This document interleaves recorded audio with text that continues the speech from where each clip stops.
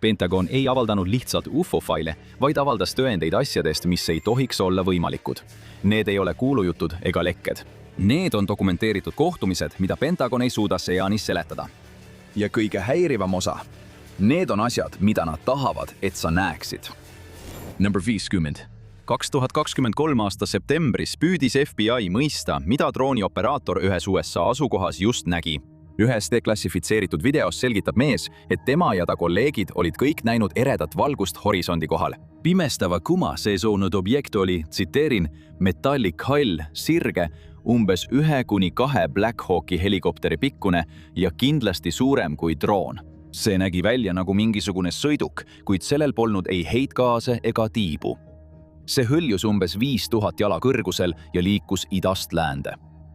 Ja siis 5–10 sekundi jooksul oli see kadunud. See ehmatas meest korralikult, kuid sel ööl räsis tormilinnakest. Ta oli ikka veel ärevil, kui istus oma hotellitoas, kui äkki tema televiisor läks mustaks. Ta rääkis FBI-le, et järgmised 2 ööd suutis ta vaevu magada ja kui ta seda tegi, piinasid tema meelt veidrad unenäod.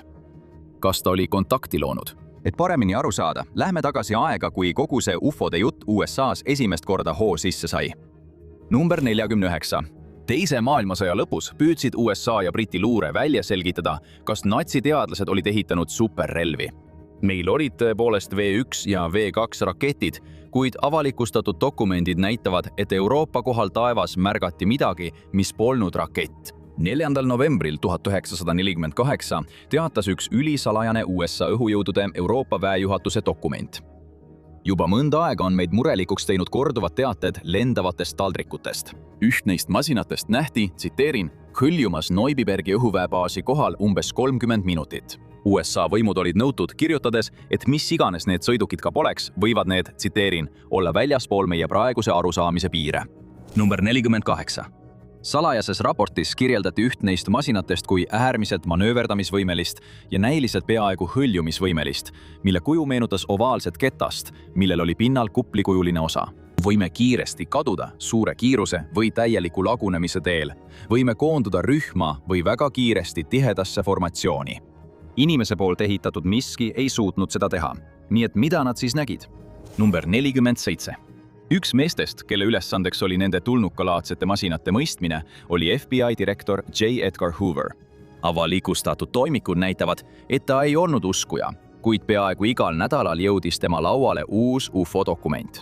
Üks neist näitab, et 9. oktoobril 1967 ilmus üks naine FBI Dallase kontorisse. Ta väitis, et oli sama aasta juulis tulnukate poolt röövitud. Tsitaat. Olles teisest planeedist ja võtnud maise kuju, viis ta mind kosmoselaevaga taevasse ja andis mulle olulist teavet. Ta väitis, et tulnukad olid talle öelnud, et 22. mail 1962 turistasid Ameerika väed Aafrika kohal UFO pihta raketi, kuid alus kaitses end jõuväljaga. Ta väitis ka, et USA väed jälitasid 20. augustil 1967 veel üht UFO-t Antarktika kohal. Naine kinnitas, et kui uurijad suudaksid neid juhtumeid kinnitada, tõestaks see tema loo ehtsust, kuid ta keeldus oma nime avaldamast. Sest, nagu ta hoiatas, oli UFO vilepuhujatel kombeks kaduda või õnnetult hukkuda. Nii veider, kui see ka ei kõla, saabus FBI kontoritesse pidevalt sarnaseid väiteid. 14. mail 1969 kirjutas büroole mees nimega Larry Stevens. Ta palus agentidel uurida kuulujutte salapärastest musta riietatud meestest, kes sõitsid mustade autodega ja väidetavalt hirmutasid UFO tunnistajaid, mõnikord FBI agentidena esinedes. On lihtne pidada kõiki nende toimikute inimesi kas hulludeks või tähelepanu otsijateks, kuid paljud raportid pärinesid väga usaldusväärsetelt allikatelt. Number 46. 3147. Lennuteede ja õhuside eskadroni teenistujad Guamil teatasid, et kell 10:40 hommikul 1946 aasta 14. augustil nägid nad 2 poolkuukujulist objekti üle pea kihutamas. Nad hindasid, et need liikusid 2 korda kiiremini kui Ameerika kiireim hävituslennuk. Umbes 1200 jala kõrgusel lennates tegid objektid äkitselt teravaid siksakilisi manöövreid, enne kui silmist kadusid. See kõlab kummaliselt, kui seda ütlevad sõjaväelased, kuid sellised raportid jätkusid kaugele 21. sajandisse. Number 45. Ainult 2 päeva jooksul 2023 aasta mais teatas 7 erinevat föderaalvalitsuse töötajat seletamatute nähtuste nägemisest taevas Ameerika Ühendriikide lääneosas. Sündmus 1. 3 eraldi föderaalse õiguskaitse eriagentide meeskonda teatasid, et nägid öises taevas 2 või 3 hõõguvat punast kera rippumas.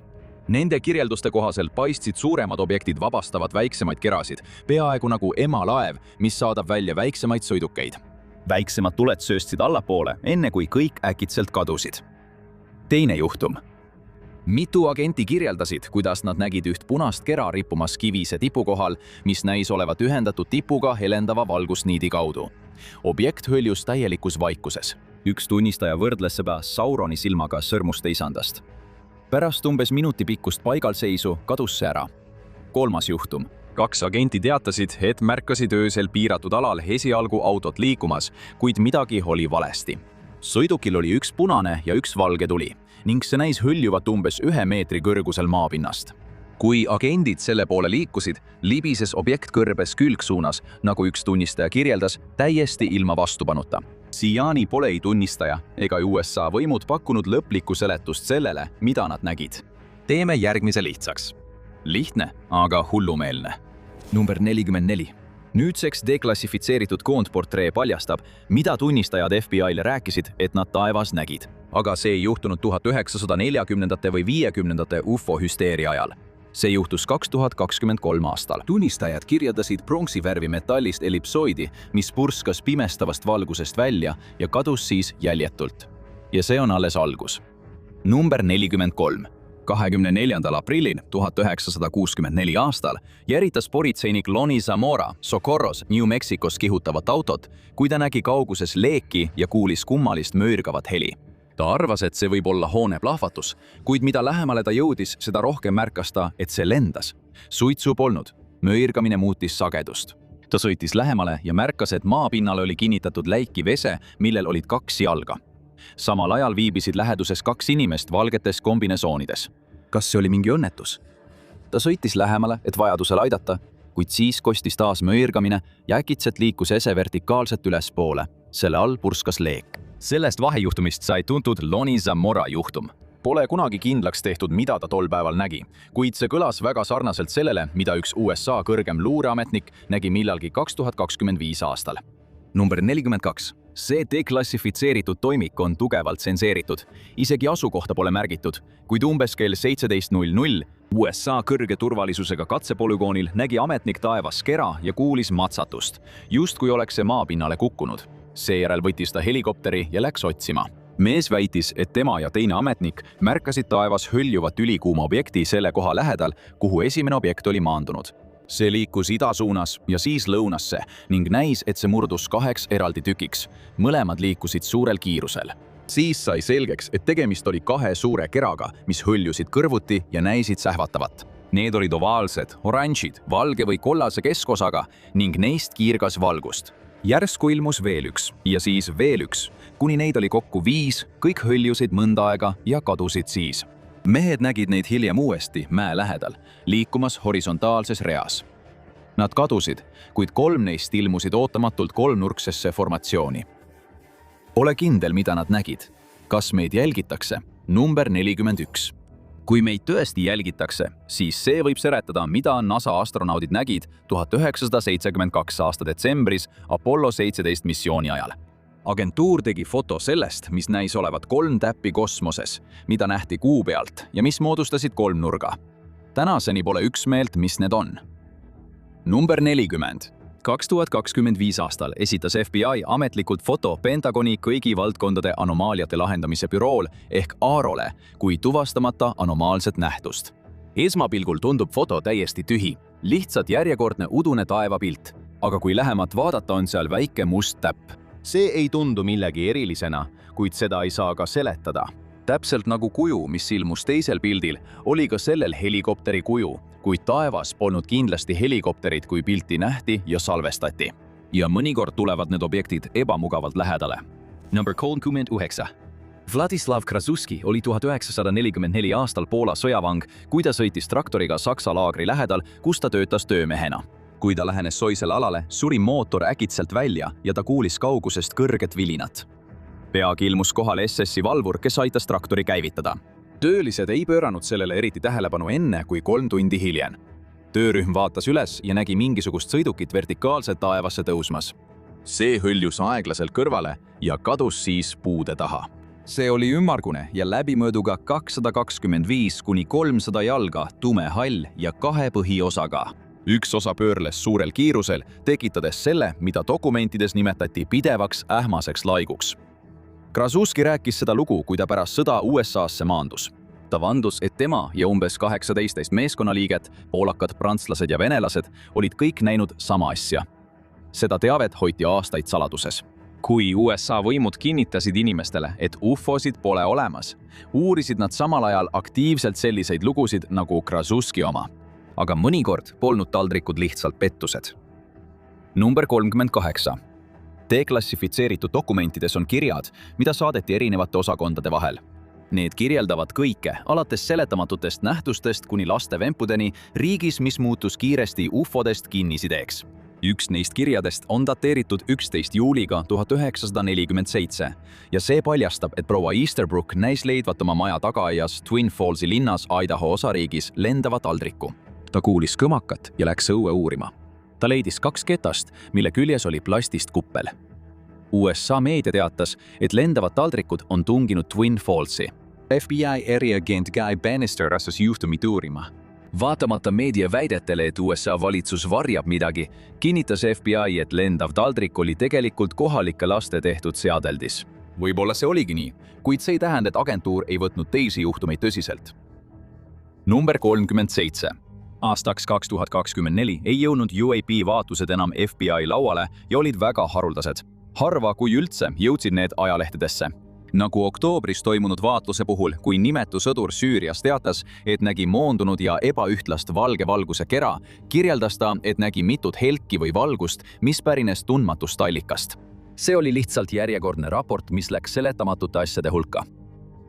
Number 36. 23. septembril 1947 kirjutas kindral Nathan Twining, kõrgelt hinnatud ohvitser, kellest sai hiljem Ameerika Ühendriikide õhujõudude staabiülem, salajase memo pealkirjaga Lendavad kettad. Twining ei teinud nalja, kui ta kirjutas. Raporteeritud nähtus on midagi reaalset, mitte kujuteldavat ega väljamõeldist. Ta kirjeldas raporteeritud objekte kui neid, mis näitavad äärmuslikku tõusukiirust, manööverdusvõimet, eriti pöörlemist ning tegevust, mida tuleb pidada kõrvalehoidvaks. Ta tunnistas, et ei olnud selge, kas lennumasinat juhiti käsitsi, kaugjuhtimise teel või automaatselt. Kuid ühes asjas oli ta kindel. Mida iganes inimesed ka ei näinud, see oli päris. Ja tunnutajad ei olnud tähelepanu otsijad ega lendavate taldrikute kinnisidega inimesed. Paljud neist olid väljaõppinud sõjaväelased, piloodid ja vaatlejad, kes olid harjunud lennukeid tuvastama. See ei tähendanud, et Twiningi uskus, et need objektid pärinesid kosmosest. Tema peamine mure oli sama hirmutav, et mõni välisriik võis olla välja töötanud revolutsioonilise tõukejõu vormi, mida meie riigis ei tuntud. Siis suri keegi, kui ta üritas üht neist jälitada. Number 35. 7. jaanuaril 1948 suri Thomas Mantell, 25-aastane piloot Kentucky rahvuskaardist, kui ta jälitas objekti, mida talle oli kirjeldatud kui potentsiaalselt ohtlikku UFO-t. Samal päeval varem hakkasid tavalised kodanikud Maysville'is, Kentuckys, mis asub umbes 80 miili kaugusel Goodmani õhuväebaasist, helistama kohalikule politseile, et teatada millestki kummalisest, mis liikus üle taeva. Seejärel tuli veel kõnesid. Inimesed kirjeldasid objekti, mis ei sarnanenud millegi varasemaga, mida nad olid kunagi näinud. See polnud nali. Olukord muutus tõsisemaks, kui ka õhuväe töötajad, sealhulgas baasiülem ja kolonel, teatasid objekti nägemisest. Kolonel kirjeldas seda kui väga valget, öeldes, et see nägi välja nagu vihmavari, mille all osas olid justkui punased triibud. Mitu tunnistajat jälgisid seda vähemalt tund aega. Sel ajal oli õhus juba 4 F-51 Mustangi, sealhulgas Mantelli lennuk. Üks lennuk maandus kütuse võtmiseks, samal ajal kui teised said käsu objekti tõkestama. Mantell andis peagi raadiosõnumi. See on kohal, minust kõrgemal ja eespool ning tundub liikuvat umbes poole minu kiirusest, ehk ligikaudu 180 miili tunnis. Ta kirjeldas objekti kui metallilist ja tohutu suurusega. Alguses jätkasid jälitamist 2 pilooti, kuid üks pöördus lõpuks tagasi. Mantell jätkas tõusmist. Seejärel katkes raadioühendus. Hetked hiljem kukkus tema lennuk põlevasse rusuhunnikusse.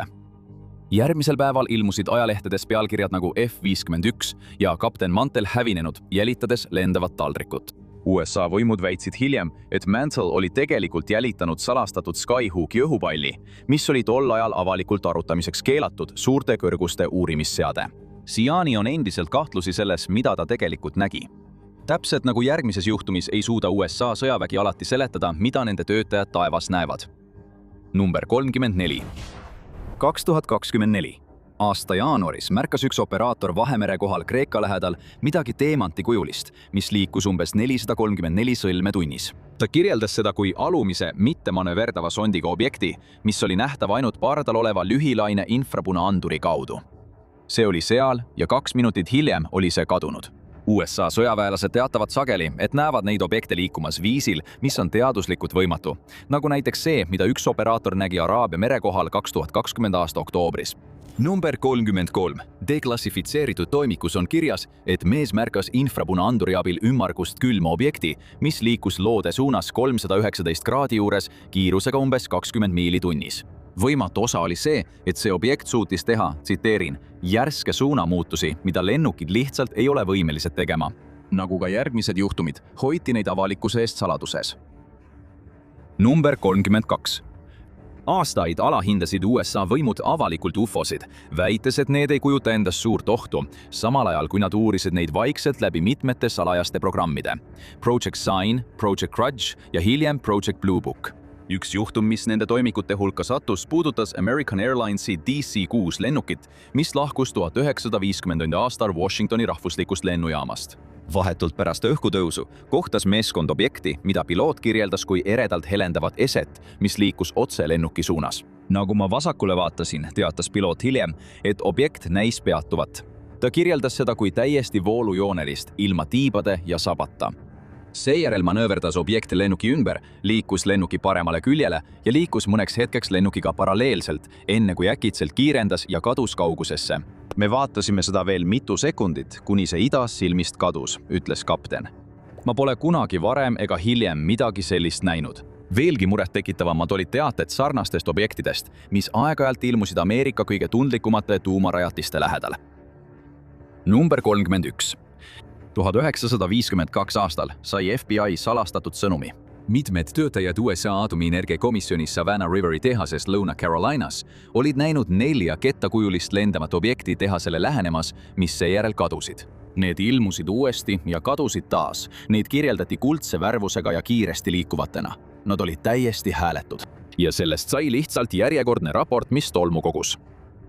Number 30.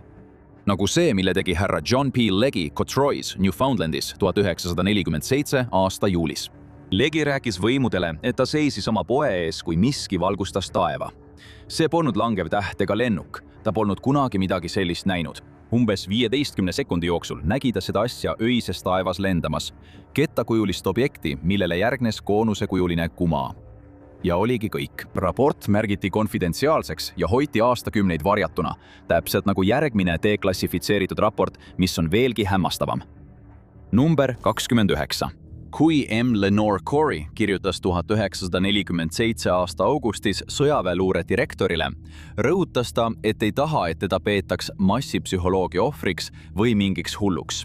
Ta oli haritud, teda ei huvitanud rumalad lendavate taldrikute lood, kuid seda, mida ta väitis end näinud olevat Los Angelese bussist, polnud lihtne seletada. Taldrikukujuline objekt lendas üle taeva, sellele järgnes veel mitu samasugust reas. Objektidest näisid kiirgavad kaunid valguskiired. Corey arvas, et USA armee ei laseks salapäraseid kiiri Los Angeles elanike kohal, mida ta siis ikkagi nägi. Number 28. 1952 aastal teatas CIA, et lendavaid taldrikuid oli nähtud siksakitamas Belgia-Kongo kaevanduspiirkondade kohal. Toimikute kohaselt jälitas Belgia sõjaväelendur üht neist objektidest reaktiivlennukiga ja suutis sellele läheneda umbes 120 meetri kaugusele. Ta kirjeldas seda lennumasinat kui hõbedast, pöörleva alapinnaga ning võimelist lendama üle Mach 1 kiiruse. Kui see kiirendas, ilmusid selle taha leegid. CIA pööras sellele suurt tähelepanu. Sel ajal oli agentuuril Kongo ja selle loodusvarade vastu märkimisväärne strateegiline huvi. Mõnda aega muutusid osad Ühendkuningriigist UFO-vaatluste tulipunktiks. Number 27. FBI toimikutes leiduvate ajalehe väljalõigete hulgas on ka Briti meedia raport 3. detsembrist 1950. Jalgpallipublik näeb lendavat taldrikut. Raportis öeldi, et jalgpallimäng tuli peatada, kuna 100 fännid vaatasid üles ja nägid kummalist valget nähtust üle taeva kihutamas. Lähedal peatati ka rugbimäng, kui mängijad vaatasid üles ja nägid midagi, mis meenutas tulnukate kosmoselaeva. USA võimud hoidsid ilmselgelt silma peal sellel, mis teisel pool ookeani toimus. Kahjuks ei ole enamikul toimikutes olevatest ajalehe väljalõigetest selgitust, mida USA agentuurid neist kummalistest sündmustest arvasid. Number 26. 2001 aasta oktoobris saatsid venelased USA välisministeeriumile sõnumi, milles eitasid, et nad oleksid lennutanud salapäraseid lennukeid üle Gruusia õhuruumi ja alustanud pommitamist. Gruusia välisministeerium esitas kaebuse, kuid venelased väitsid vastu, et nähtud objekt ei saanud olla Vene päritolu, seega pidi see olema UFO. Salajastes diplomaatilistes teadetes käsitleti seda järgmiselt. Venelased kipuvad aeg-ajalt esitama jultunud valesid. Tundub, et UFO-sid saab mõnikord kasutada ettekäänetena, kuid võib-olla olid venelastel õigus. Nüüd aga päriselu kosmose õudusfilm. Number 25 Apollo 17 missioonil juhtus väga kummalisi asju. Kazoo-moduli piloot Ronald Evans ütles oma raportis, et ta nägi väga eredaid osakesi või fragmente, mis triivisid ja pöörlesid kosmoseaparaadi lähedal selle manööverdamise ajal. Q-mooduli piloot Harrison Jack Schmidt toetas teda, kirjeldades nähtud kui 4. juuli ilutulestikku. Teisel astronaudil, missiooni komandöril Eugene A. Cernanil oli teistsugune kogemus. Ta ei olnud suutnud magada, öeldes, et pärast eredate triipude nägemist nägi ta muljetavaldavat tugevat valgust, mis sähvis sisse nagu rongi esituled. Ta uskus, et nägi neid asju. Need polnud lihtsalt optilised nähtused. Ja ka maal muutusid asjad kummaliseks. Number 24. Hiljutine toimikute avaldamine näitab, kui pühendunud oli FBI UFO-dega seotud ajaleheartiklite kogumisele.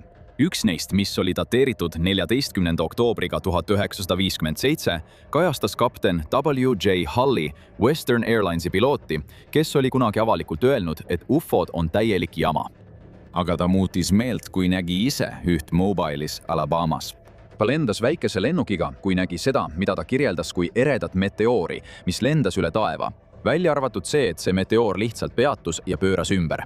Midagi, mis on füüsiliselt võimatu. Seejärel tegi see rida järske pöördeid, mis hüpnotiseerisid ja hirmutasid teda ning piisab öelda, et see kunagine UFO-de suhtes vankumatu skeptik oli nüüd muutunud mees. Ta polnud ainus. Number 23. Samal aastal tegi RRU läinud mereväe admiral Delmer S. Farney, mees, kes kunagi juhtis Ameerika juhitavate rakettide programmi, jahmatava ülestunnistuse. Ta ütles, et oli näinud tõendeid objektide kohta taevas, mis liikusid liiga kiiresti, liiga intelligentselt ja liiga võimatult, et kuuluda USA-le, Venemaale või kellelegi teisele. Ta polnud kunagi väitnud, et oleks ise lendavat taldrikut näinud, kuid ta tegi ühe asja selgeks. Midagi seletamatut oli seal väljas. Need olid tõsised inimesed, mitte hullud. Ja siis muutusid taldrikud sigariteks. Number 22. 1954. 1950 vandusid tunnistajad, et olid näinud sigarikujulist objekti lendamas üles Setifi, Alžeerias. Objekti, mille kohta CIA toimikud väitsid, et see jättis endast maha helendava sinise jälje. Samal aastal teatasid Kuala Lumpuri dookitöölised, et nägid veel üht sigarikujulist lennumasinat üle taeva kihutamas, mis samuti jättis endast maha jälje. Seejärel järgmise 5 päeva jooksul registreerisid avalikustatud dokumendid Kuala Lumpuris veel 3 eraldiseisvat juhtumit, kus tunnistajad kirjeldasid silindrikujulist lendavat masinat. Mis täpselt oli see sigarikujuline objekt? Inimesed üle kontinentide jätkasid teadete esitamist. Rühm matkalisi Saint-Mézardi lähedal Prantsusmaal kirjeldas kõik sama asja nägemist. Hiiglaslikku lendavat sigarit, mis liikus vaikselt umbes 600 meetri kõrgusel nende peade kohal. Kas lendavad sigarid olid päriselt olemas? Number 21. Aastate jooksul võttis USA neid teateid tõsiselt. Eksperdid ütlesid sageli, et paljusid juhtumeid saab seletada loodusnähtustega, kuid umbes 20% olid liiga kummalised, et neid mõistlikult seletada. Mis puudutab mõistlikku seletust, siis üks mees, kes sageli deklassifitseeritud dokumentides esineb, ütles, et ta teadis täpselt, mis masinad need olid. 20. George Klin oli sõja ajal natside sõjatööstuse ministeeriumi juhtiv teadlane. Ta oli ka üks neist meestest, kes väitis, et natside lendavad taldrikud olid päris. Nii et kui FBI kogus ajalehe väljalõikeid, oli üks neist, kus Klein väitis, et kõik need UFO-d olid tegelikult lihtsalt USA ja Venemaa, kes tegid ülirelvi pärast seda, kui nad olid sõja lõpus natsiteadlased üle võtnud. Selle teooria probleem on see, et ühtegi sellist natside imerelva ei ole kunagi avastatud. Sellegipoolest väitis Klein, et oli isiklikult töötanud natside lendava taldriku prototüübi kallal, mis tema sõnul suutis tõusta 40 000 jala kõrgusele vaid 3 minutiga. Sel ajal ei suutnud ükski avalikult teadaolev lennuk maal midagi sellist teha. Võib-olla Klein valetas, võib-olla ta liialdas või ehk arendasid maailma suurriigid tõepoolest tehnoloogiaid, mis ületasid kaugelt kõike seda, millest avalikkusele oli räägitud. Number 19. 1954 aastal teatas Major James Ciccarelli, et nägi UFO-d Brooklyn õhuväebaasis Alabamas. Ta kirjeldas seda kui lennukit, mida ta polnud kunagi varem näinud, lühikeste ja tömpide tiibadega. Tema ja teised baasis nägid seda radaril, öeldes, et see liikus graatsiliselt ja vaikselt ning siis lihtsalt kadus. Ja Euroopas nähti midagi sarnast veelgi. 18. Rootsis ütles Bengt Nordenskjöld, Rootsi õhujõudude ülemjuhataja, et tema alluvad olid Balti ranniku kohal näinud midagi võimatut. Tunnistajad kirjeldasid metallist kettakujulist objekti, mis liikus viisil, mida ükski tavaline lennuk poleks suutnud. Raportite kohaselt lendas see kiiremini kui helikiirus umbes 5000 jala kõrgusel. Veelgi häirivamaks tegi selle vaatluse asukoht. See toimus endise natside uurimisasutuse lähedal, mis oli nüüd Nõukogude kontrolli all. Aga ühel mehel oli teistsugune seletus. Number 17. Major Donald Keyhoe, endine merejalaväelendur, esitas Kleinist väga erineva teooria. Avaldustes, mis hiljem ilmusid salastatud toimikutes, väitis Keyhoe, et lendavad taldrikud ei olnud sugugi salajased superrelvad. Need olid teiste planeetide laevad, mida juhtis tulnuk tsivilisatsioon. Keyhoe, mees, kes oleks pidanud õhujõudude sisemist toimimist paremini mõistma kui enamik tsiviilisikuid, väitis, et USA valitsus teadis seda juba. Tõde varjati tahtlikult, et vältida avalikku paanikat. Õhujõud reageerisid sellele jõuliselt. Ametnikud kinnitasid, et nad jätkavad UFO-de teadete uurimist, kuid keeldusid avalikult tunnistamast, et lendavad taldrikud on päris või maavälist päritolu. Aga mida eksperdid kinniste uste taga tegelikult uskusid? Number 16. 1955.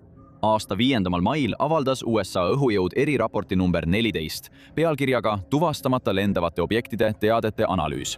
Uuringus analüüsiti umbes 4000 UFO-vaatlust, millest enamik olid teatatud tavaliste kodanike poolt, kuid ka sõjaväelaste, politseinike, pilootide ja teiste ametnike poolt. Raportis jõuti järeldusele, et paljudel näiliselt seletamatutel juhtumitel puudusid usaldusväärsed mõõtmised või piisavad füüsilised tõendid, et teha kindlaid järeldusi. See oli üks suurimaid ametlikke UFO-uuringuid, mis kunagi läbi viidud. Üldine järeldus oli, et on äärmiselt ebatõenäoline, et tuvastamata lendavad objektid olid maavälist päritolu. Kuid raport tunnistas ka, et mitmeid vaatlusi ei suudetud siiski seletada ja mitte kõik asjaosalised ei olnud järeldustega nõus. Number 15. Blue Booki direktor Edward James Ruppelt, mees, kellele omistatakse tavaliselt lendava taldriku mõiste asendamine UFO-ga, nimetas sõjaväe pressiteadet raporti kohta väärtusetuks. Ta võttis vaevaks selle kohta raamatu kirjutada, öeldes, et me peame UFO-dega leppima. Ta ei arvanud, et neid kõiki oleks võimalik seletada, kuid seni olid kõik uurimised olnud nõrgad. See oli oluline kirjutis. Lendava taldriku muutmine UFO-ks oli teadusliku mõtlemisega rohkem kooskõlas. Kuid inimesed olid tagasi alguses. Me ei teadnud midagi. Võib-olla siiski. Number 4. 1960 aastal avadas Roscoe H. Hillenkoiter, endine CIA direktor ja hiljem rahvusliku õhunähtuste uurimise komitee juhatuse liige, New York Timesis artikli, mis oli tõeline pommuudis. See mees oli Ameerika luure üks võtmefiguure ja nüüd väitis ta, et USA õhujõud vaigistab oma enda töötajaid UFO-de teemal, et tõde varjata. Oma sõnadega ütles ta, et kulisside taga on kõrged õhujõudude ohvitserid UFO-de pärast tõsiselt mures. Kuid ametliku salastatuse ja naeruvääristamise kaudu pannakse paljud kodanikud uskuma, et tundmatud lendavad objektid on jama. Ta eksis mõnes asjas. Mitte kõiki töötajaid ei vaigistatud. Number 13. B-29 katsemehaanik Robert B. Gardner ütles, et ta märkas 2 hõbedast rohelist objekti, mis lendasid San Francisco lennujaama kohal tohutu kiirusega. Ta selgitas, et need nägid välja nagu mõlemast otsast lõigatud koonused, mis lendasid umbes 12 000 jala kõrgusel hämmastava kiirusega, umbes 1800 miili tunnis. Aasta oli 1953 ja tol ajal oli kõige kiirem lendav masin Bell X-1A, mis suutis saavutada umbes 1600 miili tunnis. Kas mõni neist juhtumitest andis usutavaid fotosid? Number 12. Üks sündmustest, mis on eksperte hämmastanud, on foto, mille üks paar tegi 1950 aastal ühel farmil McMinnvilles, Oregonis. Paul ja Evelyn Trent väitsid, et nad nägid oma kinnistu kohal hõljumas taldrikukujulist objekti, mille läbimõõt oli umbes 300 jalga ja mille allosa oli nende sõnul lame. CIA uuris neid fotosid vaikselt, samal ajal kui ajakiri Life avaldas need hiljem kogu maailmale vaatamiseks. Aastate jooksul läbisid nii originaalfotod kui ka nende negatiivid professionaalse analüüsi. 1967 aastal jõudis Colorado ülikooli astronoom William Hartman, kelle ülesandeks oli spetsiaalselt UFO väidete kriitiline uurimine ja ümberlükkamine, šokeeriva järelduseni. See on üks väheseid UFO raporteid, kus kõik uuritud tegurid, geomeetrilised, psühholoogilised ja füüsilised, näivad olevat kooskõlas väitega, et erakordne lendav objekt, hõbedane, metalliline, kettakujuline, 10 meetrite läbimõõduga ja ilmselgelt tehislik, lendas 2 tunnistaja silme all. Trendid ei muutnud kunagi oma lugu. Aastakümneid hiljem, kui neid intervjueeriti eakana paarina 1997 aastal, kinnitasid nad endiselt, et foto näitab täpselt seda, mida nad tol päeval nägid. Nad ütlesid, et olid alguses kõhelnud piltide avalikustamisest, sest kartsid, et objekt võis olla osa salajasest sõjalisest projektist. Ja oli veel üks pilt, millest sai legendaarne. 11. Üks FBI dokumentidest, mis on dateeritud 8. juuniga 1967, näitab, et mees nimega Paul Piarell andis agentuurile teavet, mis võis tõestada, et natsid ehitasid UFO. Piarell väitis, et ta nägi seda 1944 aastal Musta metsa kohal hõljumas. Nüüdseks deklassifitseeritud dokumentis on kirjas. Selle perioodi jooksul jälgis ta ülal kirjeldatud lennumasinat. See oli kettakujuline, kaugjuhitav ja varustatud mitme reaktiivmootoriga konstruktsiooni välisosas. Masonal oli välimine osa, mis pöörles ümber keskse kupli, samal ajal kui ülejäänud osa jäi paigale. On huvitav, et UFOd, mida inimesed sageli näevad, nägid välja täpselt nagu need, mida näeb ulmefilmides. Kuid Piarli tegi neist foto. Sellest on alles vaid negatiivi koopia, nii et see pole eriti selge. Kõige raskemini seletatavad sündmused on need, kus mitu inimest nägid sama asja. Number 10. 10. veebruaril 1951, vahetult enne kella 1 öösel. USA mereväe Douglas R-5D transpordilennuk, pardal 31 inimest lendas Keploviku kohal, kui meeskond märkas midagi võimatut. Umbes 1500 jala kõrgusel ookeani kohal ilmus nende alla kummaline helendav objekt. See oli vaikne, ere ja liikus viisil, mida nad ei osanud seletada. Väidetavalt nägid seda kõik pardalolijad. Kettakujuline objekt, mille ümber oli oranžikas punane kuma. Kui objekt lähenes, ütlesid piloodid, et nende instrumendid hakkasid tõrkuma. Rikkis olid nii suunaindikaator, magnetkompass kui ka 2 suunaotsijat. Siis, kui lennuk objektist eemaldus, hakkasid instrumendid äkitselt jälle normaalselt tööle. Juhtum jäi aastateks salastatuks, kuid säilinud dokumendid viitavad sellele, et mereväe luure võttis seda kohtumist tõsiselt. Umbes 9 kuud hiljem kürastasid uurijad väidetavalt pilooti ja näitasid talle omamoodi UFO-fotode rivistust, küsides, kas mõni neist vastab sellele, mida ta tol ööl Atlandi kohal nägi. See polnud mingi kuulsust otsiv avalikkuse tähelepanu otsija ega ekstsentric. Ta oli usaldusväärne sõjaväelendur, kelle ütlusi uurijad pidasid usaldusväärseks. Täpselt nagu järgmine mees. 9. Jällegi 1951. Aastal lendas L. Gordon Cooper Saksamaal oma F-86 Thunderjetiga, kui ta nägi rühma objekte, mis liikusid viisil, mis polnud inimtehnika jaoks võimalik. Hiljem töötas ta NASA's Mercury projektis, USA esimeses kosmoseprogrammis. Ta oli tark ja usaldusväärne, nii et kui ta ütles oma ülemustele, et oli taevas näinud metallilist hõbedast taldrikut, siis inimesed kuulasid teda.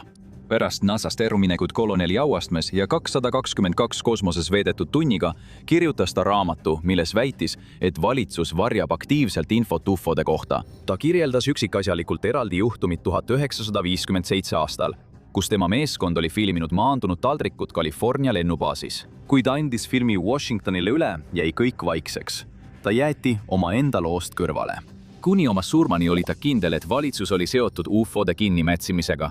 Mõned lood olid lihtsalt liiga hullumeelsed, et neid ratsionaalselt seletada. Number 8. Aastate jooksul on väidetud, et CIA kasutas UFOsid tähelepanu kõrvale juhtimiseks. Selles mõttes võib olla tõde, kuid avalikustatud dokumendid näitavad meile palju keerulisemat pilti. Mõned inimesed CIA's olid paberil väga mures sellepärast, mida nad pidasid avalikkuse kasvavaks kergeusklikkuseks ja sellepärast, kuidas vaenulikud jõud võiksid seda ära kasutada. Mõned dokumendid arutasid isegi Nõukogude Liidu poolt tekitatud massihüsteeria või psühholoogilise sõjapidamise ohtu, mis põhineb UFO-paanikale. ühes dokumendis öeldi, et agentuur peab vähendama avalikkuse praegust kergeusklikkust ja seeläbi nende vastuvõtlikkust propagandale. See mure aitas kaasa Robertsoni paneeli loomisele 1953 aastal, mida toetas CIA ja mille eesotsas oli Howard P. Robertson, üks maailma kõige austatumaid füüsikuid. Selle ülesanne oli lihtne: uurida lendavate taldrikute fenomeni ja see lõplikult ümber lükata. Ja kui paneel lõpuks tööle asus, juhtus järgmist. Number 7. Samal aastal, kui paneel kokku kutsuti, teatas üks Major George'i õhuväebaasis Californias, et nägi 5 tohutut kettakujulist objekti, mis lendasid formatsioonis baasi kohal. Ja ta polnud sugugi ainus tunnistaja. Järgmise 12 nädala jooksul teatati samas baasis veel 9 samalaadse objekti nägemisest. Siis, täpselt samal päeval, kui Major nägi neid kettaid, teatasid sõjaväelased Davis Monthoni õhuväebaasis Arizonas, et nägid midagi sama kummalist. 12 tuvastamata objekti lendasid formatsioonis hinnangulise kiirusega 1500 kuni 2000 miili tunnis. See oli selline sooritus, mis ületas kõike, mida 1950-ndatel avalikult teadaolevalt olemas oli.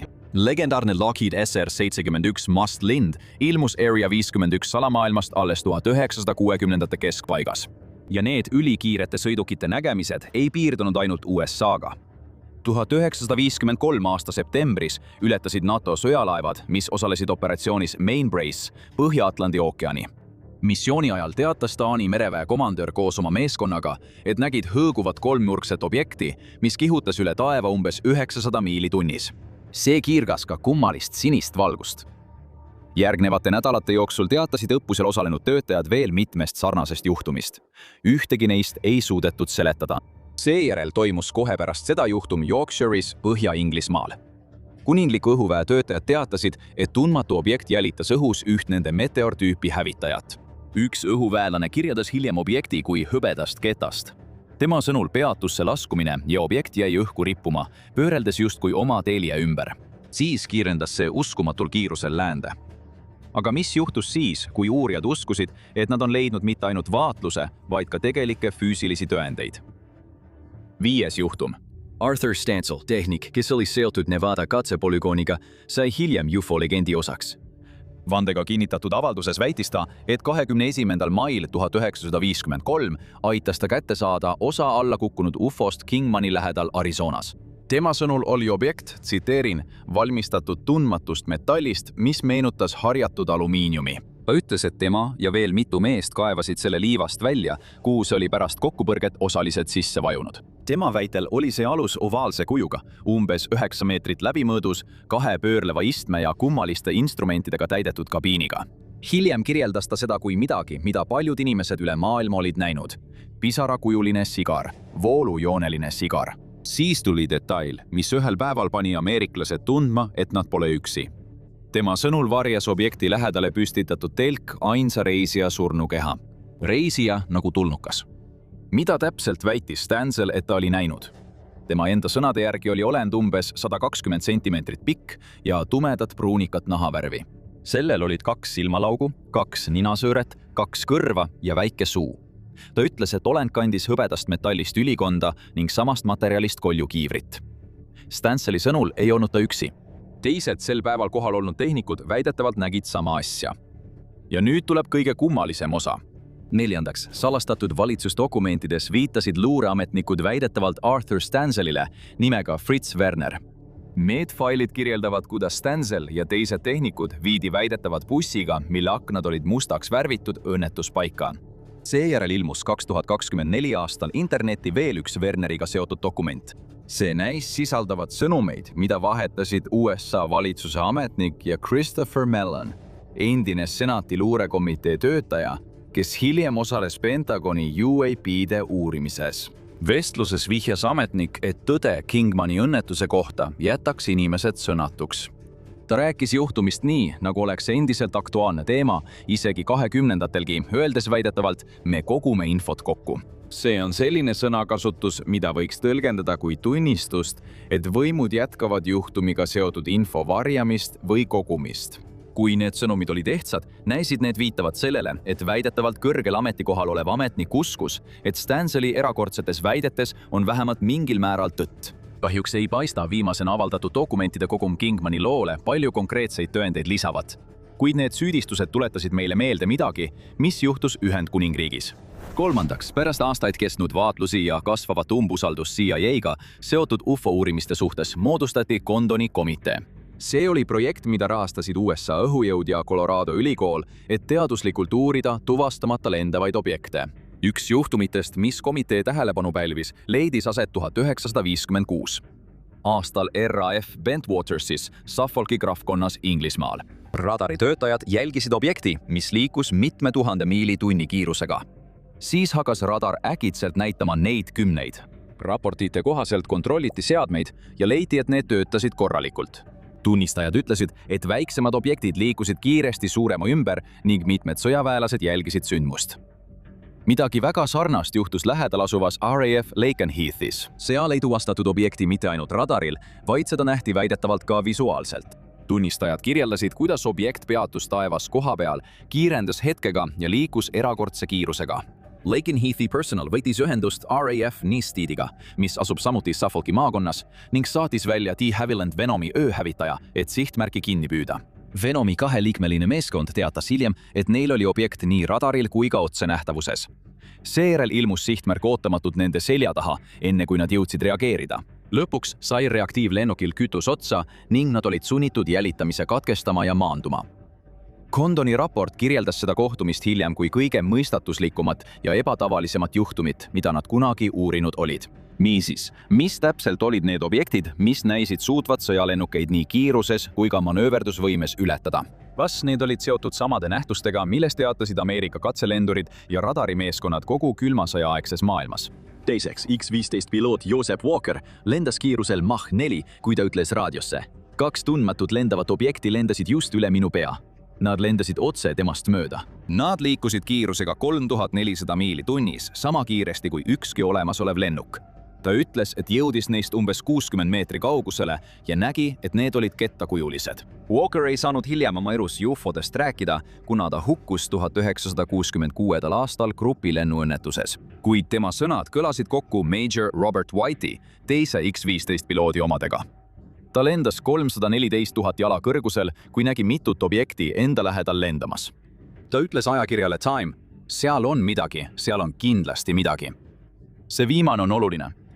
Esiteks, 2014 aastal esitas The Guardian küsimuse, kas selle asemel, et varjata tulnukate olemasolu, võib tõeline vandenõu seisneda hoopis selles, et meid on veendud nende olemasolusse uskuma. Artiklis viidati näilisele CIA-ga seotud psühholoogilisele operatsioonile, mille käigus levitati avalikkusele tahtlikult võltsitud salastatud UFO-dokumente. Need dokumendid said tuntuks kui Majestic 12 paberid, salajased toimikud, mis väidetavalt tõestasid, et USA kõrged ametnikud olid aastakümneid varjanud tõendeid kokkupuutest tulnukatega. Välja arvatud see, et dokumendid paljastati võltsingutena, valeinformatsioonina, mille eesmärk oli UFO-dega seotud hüsteeriat pigem õhutada kui rahustada. Tagajärjed hävitasid UFO-uurija Paul Benowitzi. Pärast seda, kui ta sai väidetavalt lekkinud teavet õhujõudude luureallikatelt, oli ta veendunud, et tulnukad tegutsevad maal. Hiljem tabas teda tõsine psühholoogiline kokkuvarisemine. Nii näitavadki failid, et luureagentuurid olid aastaid hoiatanud, et Ameerika avalikkus on haavatav UFO-dega seotud massihüsteeria suhtes. Siiski esitati väiteid, et riikliku julgeoleku ringkondades tegutses teatud jõude, kes olid neid samu hirme aktiivselt õhutanud. Miks? Keegi ei tea. Kuid mõned uurijad viitavad psühholoogilise strateegia nõukogule, külma sõjaaegsele organile, mis loodi Ameerika psühholoogiliste operatsioonide ja propagandategevuste koordineerimiseks. Vähesed ideed suudavad avalikkuse kujutlusvõimet haarata tõhusamalt kui UFO-d ja väikesed rohelised mehikesed. Kõik dokumendid, millest täna kuulsite, on päris. Kuid nagu ajalugu näitab, kipuvad faktid ja väljamõeldised omavahel segunema. Eriti kui kokku põrkuvad valitsused, hirm, propaganda ja tundmatu. Tõde on kusagil olemas ja see võib olla väga inimlik. Või võib olla mitte. Aga kui otsite tõendeid, siis need ei ole enam ainult Pentagoni arhiivides peidus. See on lähedastes kokkupuudetes, mida on oma silmaga näinud väljaõppinud töötajad, kes teadsid täpselt, mis peaks ja mis ei peaks nende taevas olema. Uuri, mida nad nägid USA sõjaväe tegelikes videotes, kus peetakse kinni tundmatuid lendavaid objekte, või vaata hoopis seda.